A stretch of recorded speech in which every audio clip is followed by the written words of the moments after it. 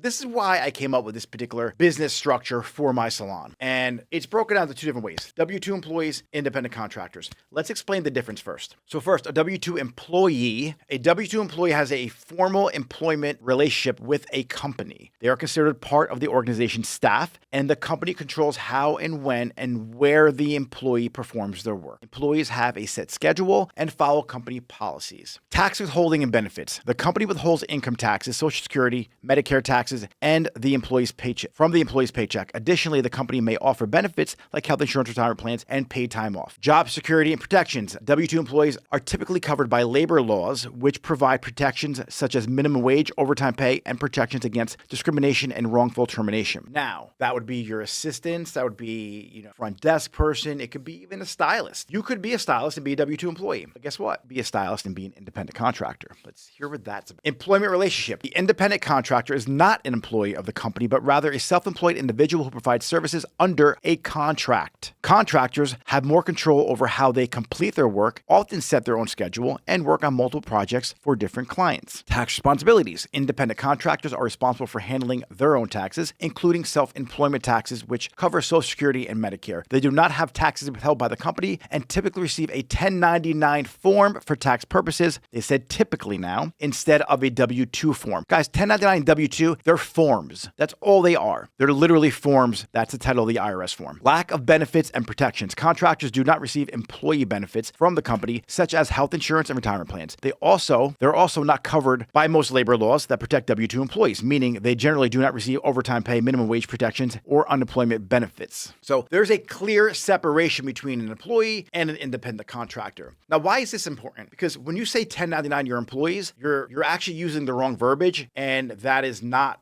how it works. You 1099 independent stylists. If you don't control, which I don't control my stylist schedules, they tell me when they want to work. They tell me what color lines they want to use. They tell me how they want to do their marketing. They tell me how they want to get paid, right? Should I pay their LLC? Should I pay them personally? Typically, depending on what state you're in, you're going to come across something called the Department of Labor. And there are certain rules the Department of Labor has, along with classification of the IRS. So I want to make sure you guys fully understand what state you're in and what that state's laws states about what you can and can't do. So there's something in California, because I always talk to people in California and they tell me it's illegal. There's something called the ABC law, and that came from a court case. Now, if you're clear and you're presenting to your stylist that they can be independent and you help them form a 1099 and they can work whenever they want to work, and your salon is just really facilitating the environment, which we'll get into in a second, for them to do hair in, and they really are independent, they use their own scissors, they can pick their own color, then you can 1099 independent stylist. 100% you can do that. And you could withhold a commission or a fee for having them conduct business in the environment that you provide for them. So the first thing for ABC is absence of control. If you look here, James, can you switch over to the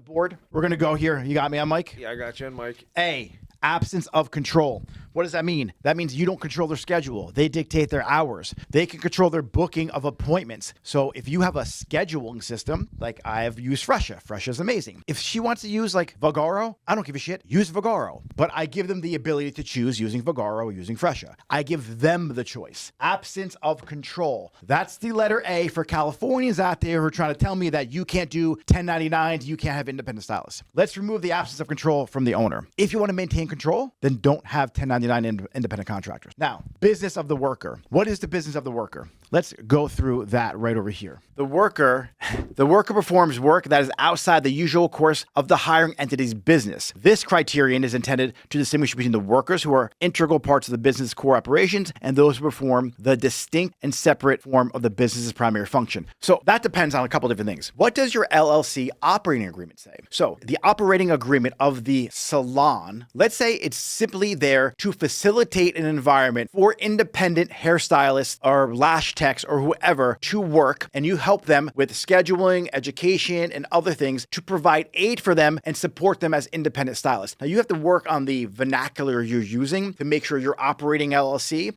doesn't state you actually do hair. You're facilitating an environment and you help maybe handle some transactions for them. There's a couple intricate things you have to work out with your lawyer to make sure you're compliant for your state. Now, if you have that, then you're clear. That's not the business of the worker. The A, B, C, the B part is covered. Here's a quick little high level thing that I like to do. The salon's an LLC, right? The main purpose of that salon is to facilitate an environment for people to do hair in. Well, that's great, Nick. People are doing hair in there. Aren't you paying them? No. I have another LLC that the main purpose of that LLC is to be a staffing agency for independent cosmetologists to do lashes and brows and hair and everything else. Now, that other LLC has a process where they help staff salons with independent contractors. So I'm not ever paying my stylist, the staffing company is. So there's a couple different ways you got to really construct these LLCs to make sure you're compliant depending on what your state says, but that's another way of doing it. Now, you guys are probably thinking like, this is just so much harder than just having W-2 employees. It might be, but if your payroll is $1.2 million and everyone's on W-2, they're getting completely obliterated with their taxes, and so are you. So if you have stylists that are doing 3, 4, 5,000 a week behind the chair, sometimes more, they don't get access to all the deductions. Like they can't do certain things with their taxable income because the government gets that first, and then they have to fight to get it back. But if they were a 1099 and they have the ability to write off certain dinners when they take clients out to dinner, they have the ability to, not all the dinner, now there's certain laws here with the IRS that you got to follow, but they have the ability to do this. Let's say you have kids. Let's say your stylist is an amazing stylist. They're doing like $5,000, $6,000, $7,000 a week. They're crushing extensions. Guess what? They're at 1099. You're giving them 70% commission, and they have 2 kids in daycare. They can't write off daycare, but you know what they can do? There's called like a dependent allowance. James, let me know if I'm wrong with this. They can give up to like $15,000 per kid. And guess who pays for the daycare? The kid. Gets the deduction for the kid, the business owner, the wife, the LLC. So there's reasons for this. So all you guys are saying you're taking advantage of your team. No, I'm not. I'm giving them the power to be an independent contractor, to be a business here in America and get the deductions they're entitled to. So let's go to the C now. Customarily engaged in the independent trade. The worker is customarily engaged as an independent established trade, occupation, or business of the same nature as the work performed of the hiring entity. This means the worker is in the business for themselves, typically providing similar services other than the business. So that